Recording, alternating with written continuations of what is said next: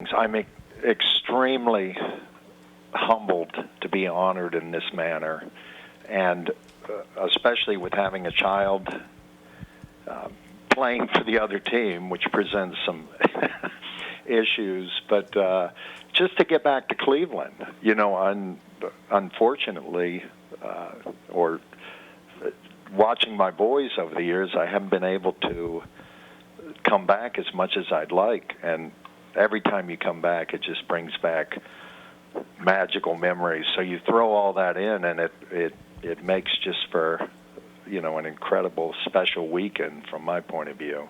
Anything I did as a player really required my teammates to be there, and any height I reached, they helped me get there. And gosh, it's really become I've become aware of how important that is and how much I feel about that.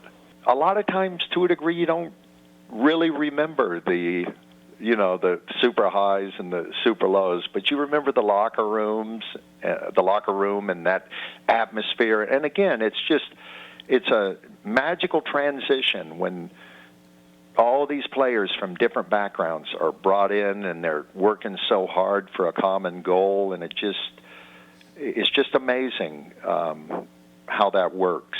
And you can remember those things seem to stand out, as much as maybe perhaps more than the magical moments on the field. And even certainly the losses, which the catastrophic, on the verge of the Super Bowl, those type of losses, there was a lot of good in that. Your team would get on a magical run that it was amazing when everything was clicking right and working. There's some powerful figures in that Ring of Honor, and figures that we as Browns of the 70s, 80s, and 90s tried to match, and we got close, but we never got the Super Bowl, which they had world championships. So those were always incredible figures that we we couldn't quite match up to, but we were aware of them and their names and what they had done, and